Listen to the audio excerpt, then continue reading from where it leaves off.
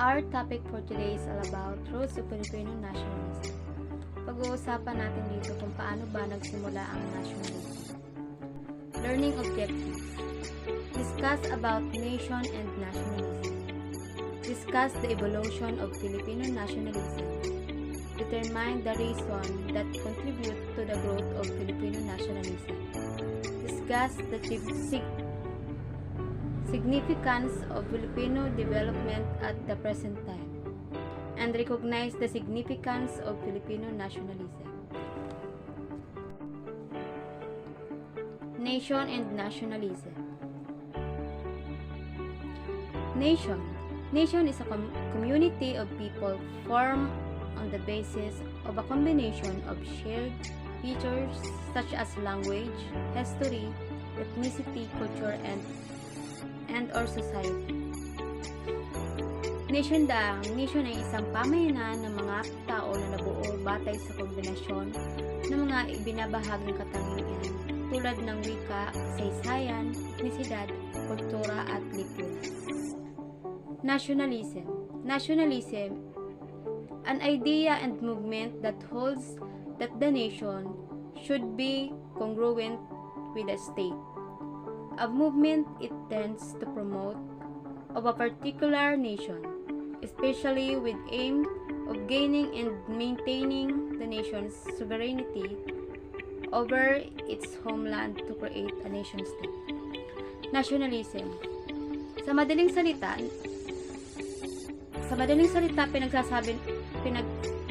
pag sinabi nating nationalism, ito yung pagmamahal ng isang tao sa kanilang sariling bansa. In this section, three theories about the roots of the nation will be presented. The first theory traces the root of nation and national identity to existing and deep-rooted features of a group of people like race, language, religion, and others. Primordialism, it argues that a national identity has always existed and nations have ethnic course. The first theory, pinagmula ng bansa at pambansang pagkakilanlan sa umiiral at malalim na mga katangian ng isang pangkat ng mga tao tulad ng lahi, reliyon, wika at iba pa. Primordialism daw, ito ay isang ideya ng mga bansa o etnikong pagkakilanlan ay naayos, natural at sinuunang. Primordialism ay nangatwira na ang bawat individual ay may isang inborn o ethnic identity na independyente sa mga makasaysayang proseso. The second theory states that nation identity, and nationalism are products of the modern condition and are shaped by modernity. Social structures and culture brought about the emergence of capitalism, industrialism, and bureaucracy. Ito ay nagsasaad ng bansa, pagkakilanlan ng bansa at nasyonalismo ay mga produkto ng modernong kalagayan at hinuhubog ng modernidad. Hinuhubog ng modernidad na istrukturang panlipunan na nagdudulot ng pag-usbong ng kapitalismo, industrialismo at burokrasya. Dahil sa modernisasyon, nag-usbong ang kapitalismo.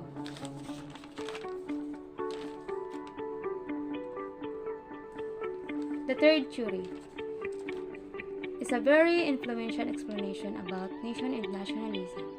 Maintains that these ideas are discursive, often referred to as a constructive approach to understanding nationalism. This view maintains that nationalism is socially constructed and imaged by the people who identify with the group. Benedict Anderson argues the nation that are imagined communities. He traces the history of these imaged communities to the Enlightenment when European society began challenging the supposed divinely ordered dynasty regimes of the monarchs. Anderson also puts forward the important role of mass media in the construction of the nation. during that time. He underscores that the media first is fostered unified fields of communication which allowed the millions of people within territory to know each other through printed outputs and become aware that many others identified with the same country. Standardized language that enhance feelings of nationalism and community, and maintain communication through a few languages widely used in printing press, which endured through time. Benedict Anderson Dow, he is a political scientist and historian who lived and taught the United States. Anderson, kaya ito na-explore ng origins of nationalism. Nagtaguyod ng isang larangan o komunikasyon na nagbibigay daan sa milyon-milyong tao sa loob ng teritoryo na makikilala ng ang isa't isa sa pamamagitan ng nakalimbag na at magkaroon ng kamalayan na marami pang iba nakikilala sa parehong komunidad. Halimbawa nito ay ang youth organization. Nakakaisa tayo dahil nagiging isang grupo tayo, kaya mas nakikilala natin ang isa't isa. Mga pamantayang wika sa pagpapataas ng damdaming nasyonalismo at kamalayan. Napanatili o komunikasyon sa pamamagitan ng ilang ng mga wika na malawakang pinagamit sa palimbagan na tumatagal sa paglipas ng taon. Filipino nationalism.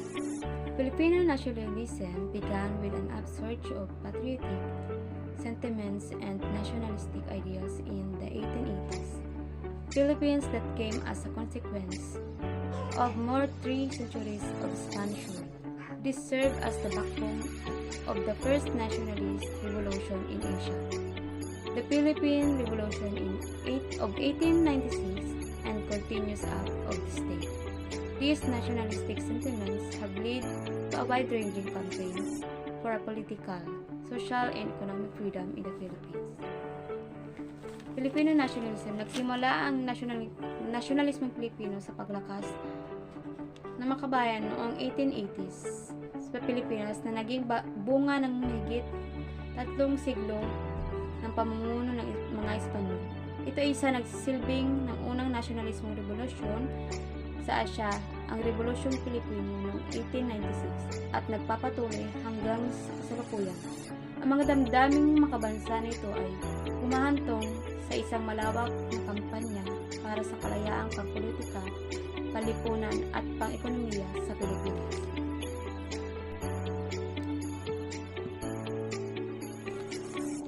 In the year before the 11th century, the Philippines was divided into numerous principalities known as barangays, a name derived from Malaysian boats called balangays. These small political units were ruled by datos, rahas, or sultans. In 1565, European colonization began in earnest when Spanish explorer Miguel Lopez de Legazpi arrived from Mexico and formed the first European settlements in the Cebu. Beginning with just 5 ships and 500 men, accompanied by Augustinian monks. Further, strengthened in 1567 by 200 soldiers, he was able to repel competing Portuguese colonizer to create the foundation for the Spanish colonization of the archipelago. In 1571, occupied the kingdoms of Manila and Tondo and established Manila as capital of the Spanish East Indies. That Spanish colonization united the Philippine archipelago into a single political entity. Sa mga taon bago ang ika-10 siglo, ang Pilipinas ay nahati sa maraming pamunuan na kilala bilang mga barangay. Isang pangalan na hango sa mga bangkang Malaya na tinawag na mga balangay. Ang maliit na pampolitikang unit nito ay pinamunuan ng mga dato raha o sultan. Noong 1565, marubdob na nagsimula ang kolonisasyong Europeo nang dumating ang Espanyol na explorer na si Miguel Lopez de Legazpi mula sa Mexico at bumuo ng mga unang pamayanan ng Europe sa Cebu. Si Miguel Lopez de Legazpi, kilala siya bilang El Adelantado at El Viejo. Isa siya sa nag-explore mula sa Mexico at bumuo ng pamayanan ng Europeo sa Cebu.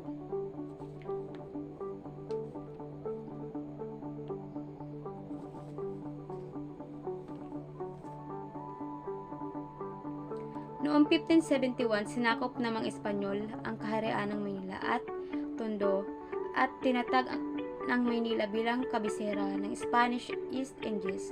Ang kolonisasyong ito ng Kastila ay nabuklod sa kapuluan ng Pilipinas na isang etnidad sa politika. Importance of nationalism in the Philippines.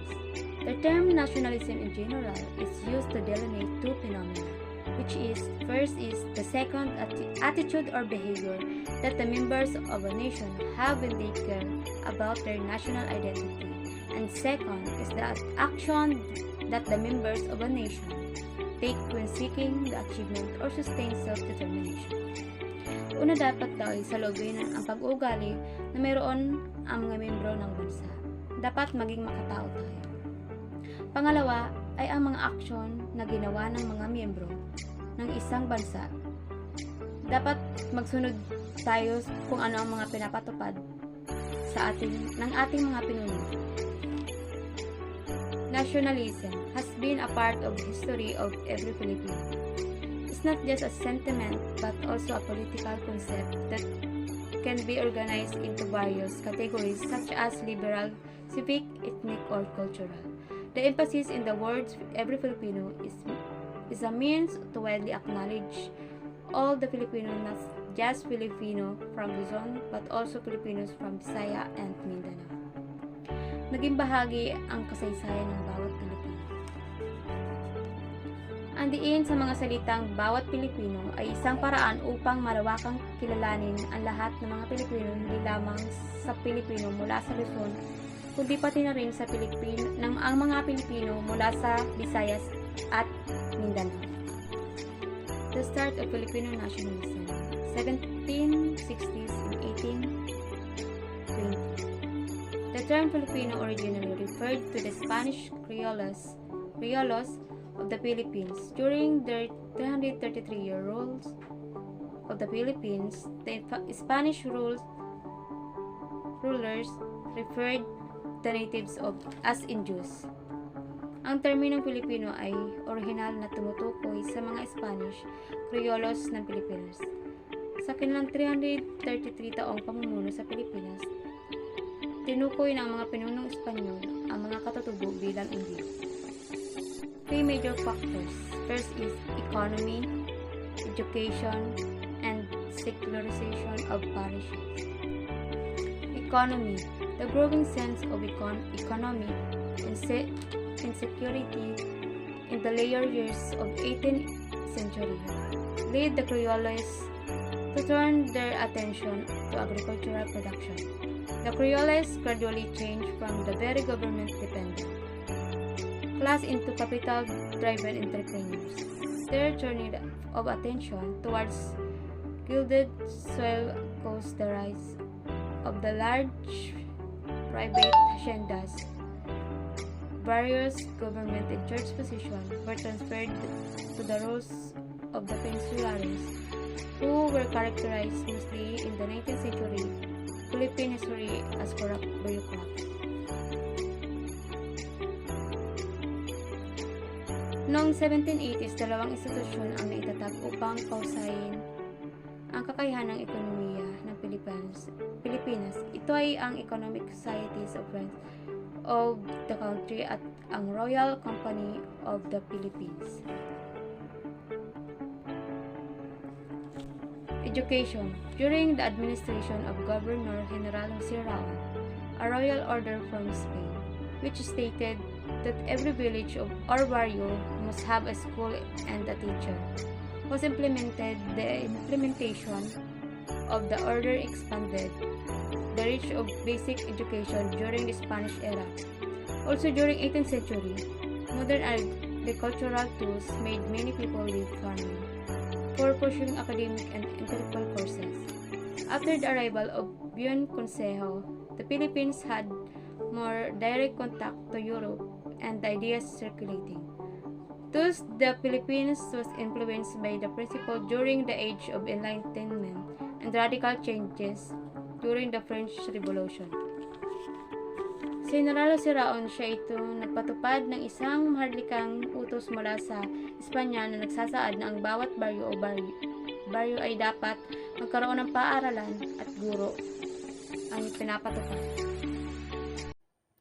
The secularization of parishes refers to the transfer of control of Catholic churches and mission from religious order, such as the Jesuits, to be secular parishes who are not members of the religious order. This process began in Spain and its colony in the late 18th century, including the Philippines, when King Carlos III ordered the expulsion of the Jesuits from his territories. Secularization of parishes.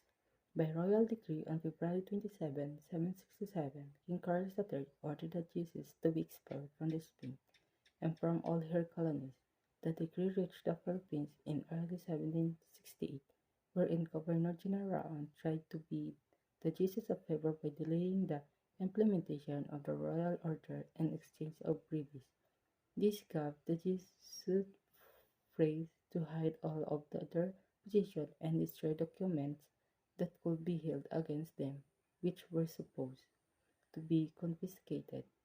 The first batch of Jesuit number 64 left Manila only by May 17, 768. This event caused Raon to face persecution from the next Governor General, as ordered by the King of Spain.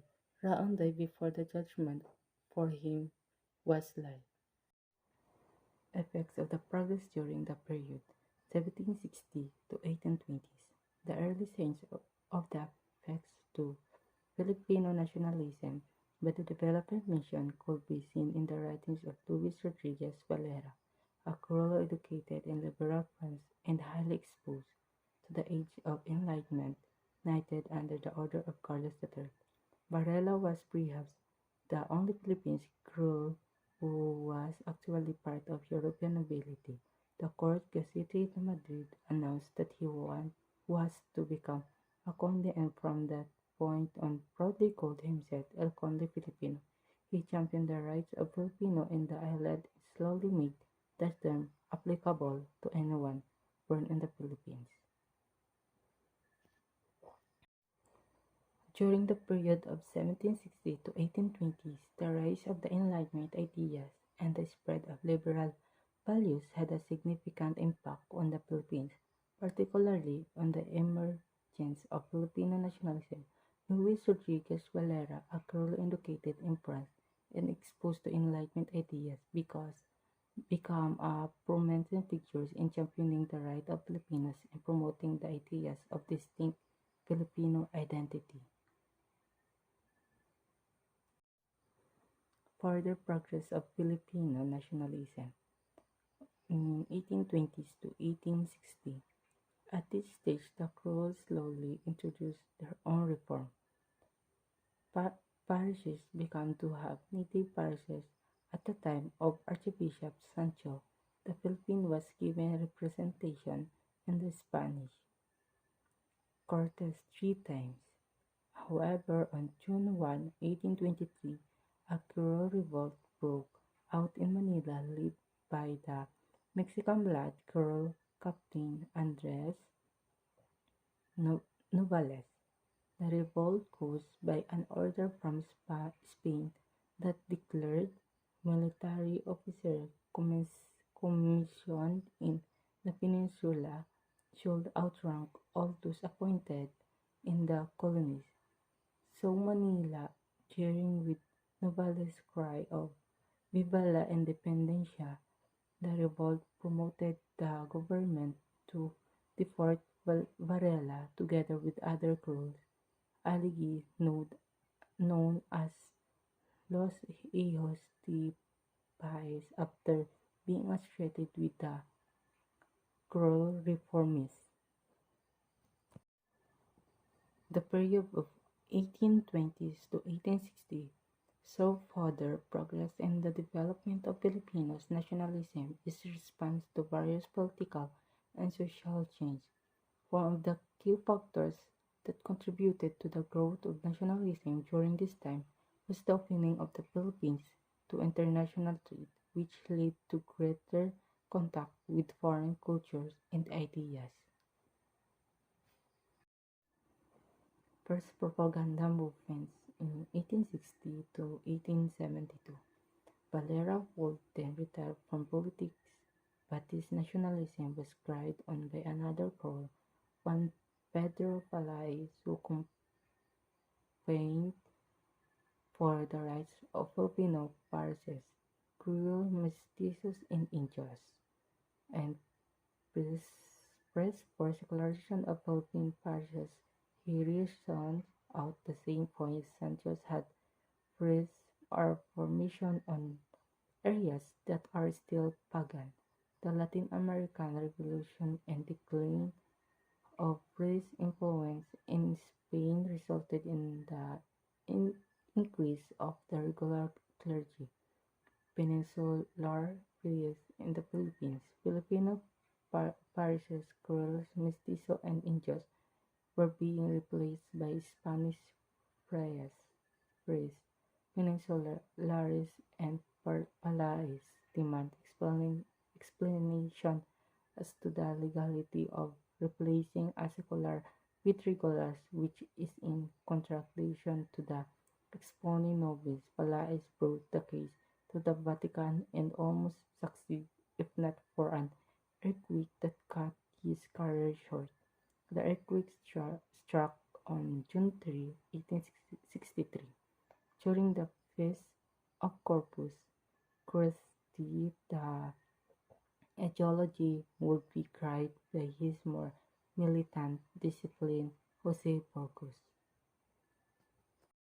So the first propaganda movements, which lasted from 1860 to 1872, was a period of growing nationalist sentiment and activism in the Philippines.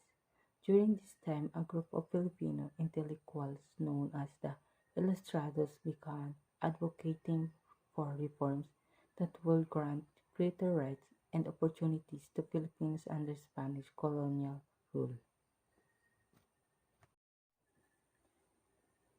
Second propaganda movement on 1872 to 1892.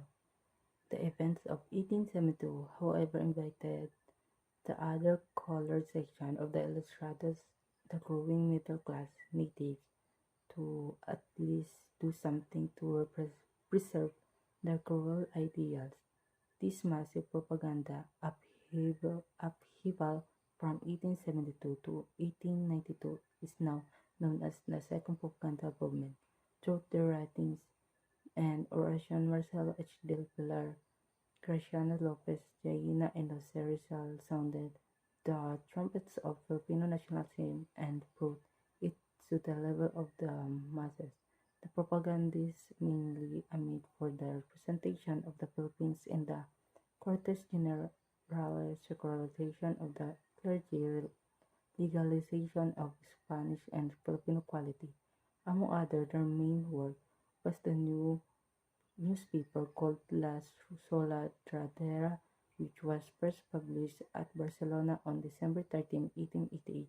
Rizal, the foremost figure of the propagandists, created the Noli Me Tangere, published on 1887, and El Filibusterismo, published to 1891. It showed the increasing anti-Spanish, anti-peninsular sentiments in the island and pushed the people toward revolution rather than discouraged them at that a revolution was not the solution for independence. The second propaganda movement took place from 1872 to 1892 and was a continuation of the nationalism movements that began in the Philippines during the first propaganda movement. During this period, a new generation of illustrators emerged who were more radical in their demands for political and social reform, while the most prominent features of the second propaganda movement was Graciano Lopez Jaena, who continued the work started by Marcelo H. Del Pilar in the newspaper La Solidaridad. The publication became an important platform for advocating for Filipino rights and promoting nationalist ideas. Post-propaganda era by July 1892, Rizal returned to the Philippines and established a progressive organization called the Liga Filipina, or the Philippine League. However, the organization collapsed after Rizal's arrest and deportation to Dapitan on July 7. At the same day, a Philippine Revolutionary Society was founded by illustrators led by Andres Bonifacio, Deodato Arellano, Ladislao Diwa, Chidora Plata, and Valentin Diaz. The main aim of the organization named Katipunan was to win Philippine independence through a revolution and establish a republic. Thereafter, the rise of the Katipunan signaled the end of peaceful propaganda for reform. The post-propaganda era refers to the period following the second propaganda movement, which ended with the establishment of the Katipunan as a revolutionary organization that aimed to win Philippines independence through a revolution.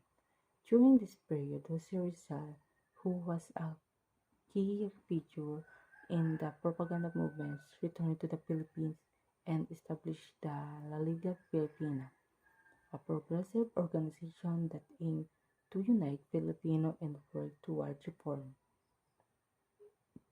However, the organization was short-lived as Rizal was arrested and deported to the Pitan, and the organization collapsed soon after.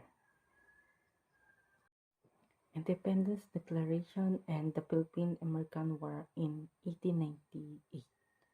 As conflicts continued in the Philippines, the USS Maine having been sent to Cuba because of U.S.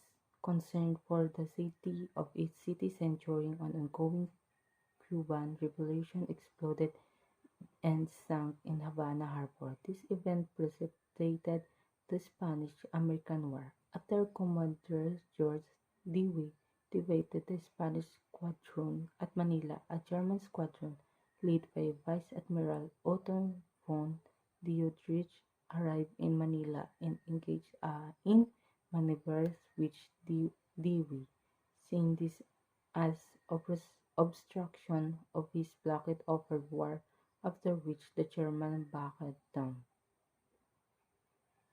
So on June 12, 1898, Philippine independence was declared by General Emilio Aguinaldo, marking the end of Spanish colonization. However, the United States, which had won the Spanish-American War and had been granted control of the Philippines, did not recognize the declaration and instead established colonial rule over the islands.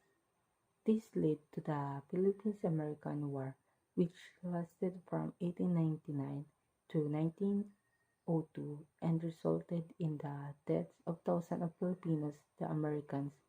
The conflict finally ended with the capture of Aguinaldo in 1901, and the Philippines remained a U.S. colony until it was granted independence in 1946. The Philippines-American War is considered a significant event in Philippines history and is often seen as the start of the country's struggle for true independence. Insular government. The 1902 Philippines Organic Act was a constitution for the insular government. As the U.S. civil administration was known, this was a form of territorial government that reported to the Bureau of Insular Affairs. The act provided for a governor general appointed by the U.S. President and an elected lower house. It also disestablished the Catholic Church as the state's religion. Commonwealth era. The Tithing-McDowell Act provided for the drafting and guidelines of the Constitution for a 10 years transitional period. As the Commonwealth of the Philippines before the granting of Philippines independence on May 5, 1934, the Philippine legislature passed an act setting the election of convention delegates. Governor General Frank Murphy designated July 10 as the election date, and the convention held its inaugural sessions on July 13. The complete drafting constitution was approved by the convention on February 8, 1935, approved by U.S. President Franklin Roosevelt on March 23, and ratified by popular vote on May 14. The Commonwealth era was a period in Philippine history from 1935 to 1946, during which the country was a self-governing territory of the United States under a democratic government headed by a Filipino president. This period was established under the provision of the Tydings-McDowell Act, which provided for a 10 years transition period leading up to the granting of Philippine independence. During this time, a constitution was drafted by a convention elected by the Filipino people, which was later approved by the U.S. President and ratified by popular vote in the Philippines. The Commonwealth government worked toward improving the country's infrastructure, public health, education, and economy, and actively sought diplomatic relations with other countries. However, the Philippines' entry into the World War II in 1941 disrupted the government's effort as the country was occupied by Japanese forces and Commonwealth government went into exile. Japanese occupation and the Second Republic, 1941 to 1945. Japan launched a surprise attack on the Clark Air Base in Pampanga on December 8, 1941, just 10 hours after the attack on Pearl Harbor. Aerial bombardment, which destroyed most of the American aircraft in the island, was followed by landing of ground troops on Luzon. The defending Philippine and United States troops were under the command of General Douglas MacArthur. Under the pressure of superior numbers, the defending forces withdrew to the Bataan Peninsula and the island of Corregidor at the entrance of Manila Bay. On January 2, 1942, General MacArthur declared the capital city, Manila, an open city to prevent its destruction. The Philippine defense continued until the final surrender of United States Philippines force on the Bataan Peninsula in April 1942 and on Corregidor in May of the same year. So, in 1941, Japan attacked and occupied the Philippines during World War II. The Philippines was under Japanese control until 1945, during which time Filipinos suffered greatly. Many were killed in prison or forced into labor camps, while others joined the resistance movements against the Japanese occupiers in 1943. The Japanese established the Second Philippine Republic, which was headed by Jose P. Laurel as the president. However, this puppet government was not recognized by the United States or other allied powers. The Philippines was eventually liberated by American force in 1945, leading to the end of the Second Republic and the restoration of the Philippines' independence. Third Republic, 1946 to 1972. The Japanese-sponsored establishment of the Republic of the Philippines was proclaimed on October 14, 1943, with Jose P. Laurel being sworn in as president. On the same day, a pact of alliance was signed between the new Philippines Republic and the Japanese government that was ratified 2 days later by the National Assembly.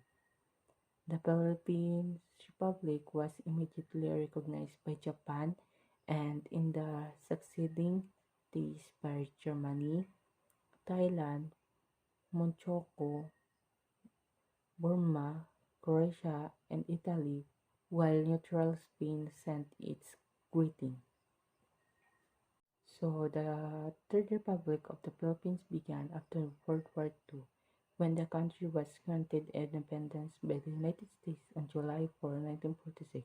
However, the early years of the Third Republic were characterized by political turmoil, economic instability, and social unrest. The country's political leaders faced the difficult task of rebuilding the nation, economy, and infrastructure, while also addressing issues such as corruption, poverty, and equality. Radical nationalism after World War II. The Hukbala Filipino Hukbong Bayan o Laban sa mga Hapon. Guerrillas continues the revolutionary struggle to establish a communist government in the Philippines. Radical nationalism in the Philippines emphasized the Philippines Revolution under Bonifacio as unfinished and Hennig efforts continue under working class leadership. Writers such as Teodoro Agoncillo Renato Constantino advocated patriotic sentiment by means of revisiting Filipino history and a Filipino perspective. So, radical nationalism is a political ideology that emerged in the Philippines after World War II. It is characterized by emphasis of the unfinished Philippine Revolution under Bonifacio and call for its continuation this time under the leadership of the working class. So martial law and the Fourth Republic 1972 to 1886. On September 22, 1972, former Defense Ministry Juan Ponce Enrile was reportedly ambushed by communists while his staff car was driving in San Juan, killing his driver but leaving him unscathed.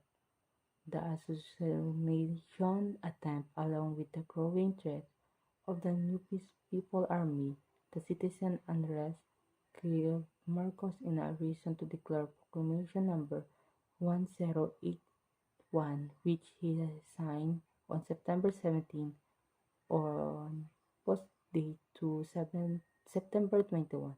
The same day, Marcos, who henceforth ruled by decree, curtailed press freedom and other civil liberties, abolished Congress, shut down media establishments, and ordered the arrest of opposition leaders and militant activists.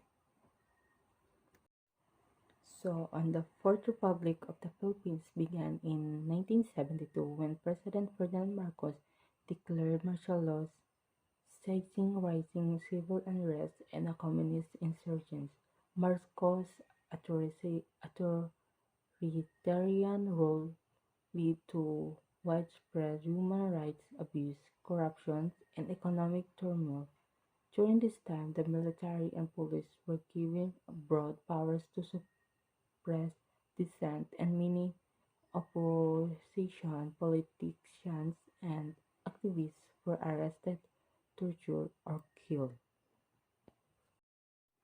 Fifth Republic, 1986, present from February 22 to 25, 1986.